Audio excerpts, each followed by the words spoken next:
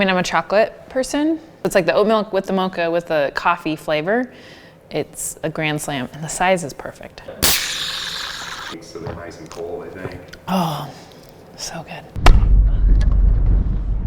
It's all I knew. I mean, since I was a baby, I was on a field, whether it was football or baseball. My dad was a college baseball coach, so I was on bus rides and dugouts, learning about chewing tobacco and every cuss word you could possibly imagine. Jessica Mendoza is at the plate for the Cardinal. Batting left-handed. That smell of like dirt with leather and sweat and all of it, and the sun on your skin, it's a combination of, I always say, all the feels, and it'll bring me right back to that field. The original Olympic Games had it was like a paragraph of like what the Olympic Games were going to be about, because they hadn't happened yet, and they took this in Greek, a portion of it, and engraved it on the back. It was the first time the Olympics were returning to Greece. So it was all this combined of like what the Olympics meant, the fact that we were able to win gold there, and just knowing the pride you had in not only your team and your sport, but also the country you represent. I also think the biggest thing they can do, I'll take it a step further, is beat them. I mean, I think that's ultimately the biggest goal is, I mean, not that the Astros didn't have a target before, because they were I got my master's at Stanford to work on educational reform, really get involved in politics. So my plan was to move to DC. And about 5-6 months later, ESPN reached out again and said, we'd like for you to audition for a position, an opening for our softball coverage.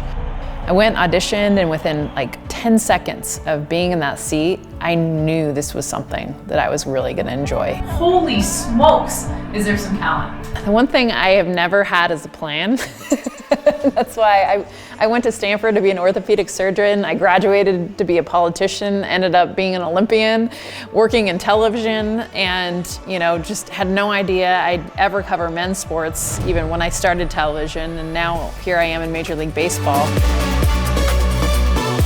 If I'm talking to a young girl on the rise, whatever that might be, politics, sports, academics, it's to stand out.